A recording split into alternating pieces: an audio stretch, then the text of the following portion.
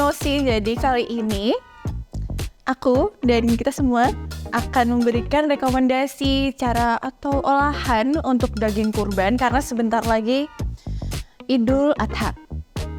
Nah, dari aku sendiri itu ada beberapa cara yang biasanya dilakukan sama keluargaku, terutama ibuku yang sering mengolah daging kurban.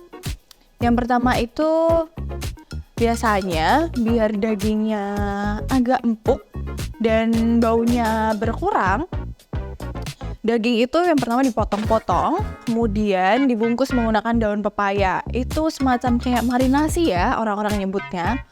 Terus yang kedua, biasanya daging itu yang udah dipotong-potong dibaluri dengan jahe atau enggak lengkuas. Jadi itu lengkuas atau jahenya diparut terlebih dahulu, terus dibaluri, terus ditinggalkan beberapa menit. Jadi itu yang semacam dimarinasi keduanya. Seperti itu. Hai. Jadi di sini aku pengen rekomendasiin, sebenarnya bukan rekomendasi juga sih. Jadi ini aku pengen ngasih tips buat kalian untuk memilih tempat penggilingan yang pasti higienis dan juga halal. Yang pertama, cara kalian tahu itu pasti higienis itu adalah cari tempat penggilingan yang bersih. Karena kebanyakan tempat penggilingan itu tuh memang nggak ada standar higienisnya. Tapi di situ kalian bisa lihat tuh kalau tempat penggilingan yang pasti bersih karena dia memiliki alat-alat yang bersih juga. Karena memang di Indonesia ini tuh belum ada sih standar higienis untuk tempat penggilingan daging. Yang kedua, pastikan tempat penggilingan dagingnya itu halal ya. Karena terkadang ada loh tempat penggilingan daging itu yang juga menerima daging babi. Jadi ketika kalian ke sana tanya dulu tuh, kira-kira ini tuh tempat penggilingan daging yang halal atau tidak.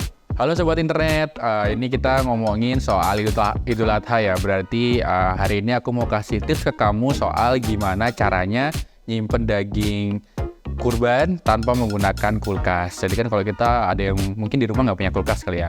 Jadi cara yang pertama, kita bisa melakukan yang namanya teknik pengawetan. Jadi kalau dulu mungkin kita belajar ketika SD ada teknik penggaraman dan juga bisa dicelupin ke air juga. Bukan dicelup ya, tapi direndam.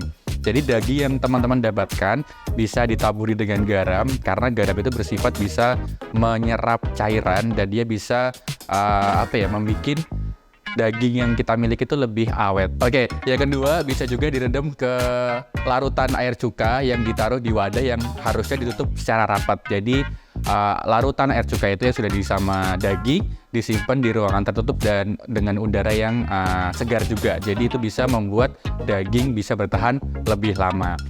Yang ketiga, kita bisa mencoba teknik pengasapan. Jadi daging kurban yang kita dapatkan itu kita iris tipis-tipis, kemudian setelah diiris-iris kita hilangkan bagian lemaknya atau bagian putih-putihnya, kemudian kita bisa keringkan ataupun dijemur agar kandungan air di dalam daging itu bisa hilang sehingga bisa lebih awet.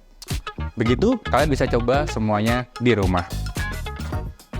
Kalian bingung nggak sih kalau dapat daging kurban terus mau ngolah daging kurban itu tuh perlu dicuci atau enggak?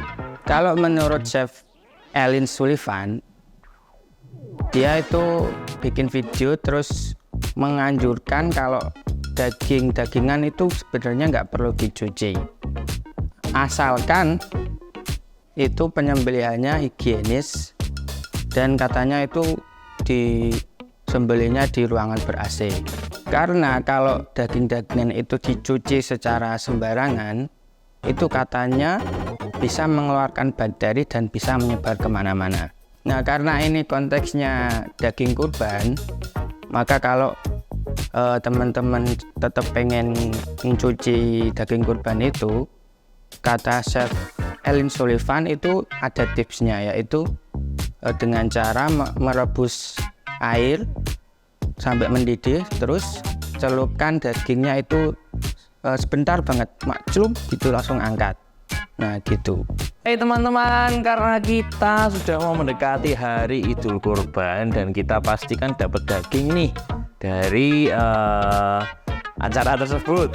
Nah, aku punya rekomendasi cara mengolah daging supaya dagingnya itu bisa jadi lebih Caranya adalah ketika kalian mendapat daging kurban tersebut, perhatikan tuh ada nggak sih ada kayak selaput yang berwarnanya tuh agak mengkilap, atau itu biasanya disebutnya dengan silver skin. Nah, itu harus kalian harus kalian lepas, harus kalian kletek. Bahasa Indonesia itu harus kalian hilangkan lah pokoknya. Karena silver skin itu sifatnya itu tuh nanti bakal jadi bikin dagingmu tuh jadi alot. Silver skin itu nggak bisa dimasak. Ketika kamu rebus, ketika kamu bakar, ketika kamu goreng pun nanti silver skin itu bakal cuman jadi mengkerut aja gitu loh, dan teksturnya jadi alot. Jadi supaya kamu bisa menikmati daging kurban dengan maksimal, sebelum kamu mengolah dagingnya, hilangkan dulu silver skinnya. Baru mau kamu bakar, mau kamu goreng, mau kamu rebus, mau kamu panggang, pasti nanti hasilnya jadi lebih empuk dan lebih yahut. Begitu. Oke, halo teman-teman. Buat teman-teman yang merayakan hari raya Idul Adha, saya ucapkan selamat. Biasanya kan kalau teman-teman dikasih daging nih ya, tradisi yang mungkin banyak berada di kalangan di tempat-tempat kita tuh kan, pasti kan diolah menjadi sate. Nah, jadi hari ini saya mau ngasih beberapa tips. Jadi bukan cara membuat satenya atau apa, tapi aku lebih ngebahas tentang bumbunya. Jadi aku mau ngasih beberapa referensi tentang olahan bumbu dari sate, entah itu sate kambing atau sate sapi dari daging Idul Kurban yang kalian buat. Aku nemu dari salah satu situs website yang mungkin asing atau nggak asing buat teman-teman, itu namanya The Asian Parent. Jadi di sana aku nemu beberapa olahan bumbu dari sate. Jadi yang pertama itu ada sate bumbu kecap. Nah, jadi nanti ada beberapa macam ingredient di sana, nanti teman-teman bisa baca sendiri kayak gitu. Terus yang kedua itu yang aku suka, selain bumbu kecap ada juga olahan dari bumbunya itu bumbu kacang. Jadi kalau bumbu kacang itu mirip sebenarnya yang banyak umum dipakai itu kan buat daging ayam, tapi nggak ada salahnya juga kalau dicoba di daging sapi atau daging kambing kayak gitu. Terus ada lagi tuh yang menarik itu diolah menjadi bumbunya itu bumbu sate kambing Marangi. Nah itu aku sendiri juga belum pernah nyoba. Mungkin buat teman-teman yang penasaran atau pengen coba buat resepnya, nanti bisa ke situs tersebut. Masih ada beberapa lagi ya, nanti teman-teman bisa cek di website tersebut, di The Asian Parent, monggo bisa dicek. Ada 5 resep proses membuat bumbu sate yang kalian inginkan dan bisa kalian sesuaikan dengan selera kalian masing-masing. Terima kasih.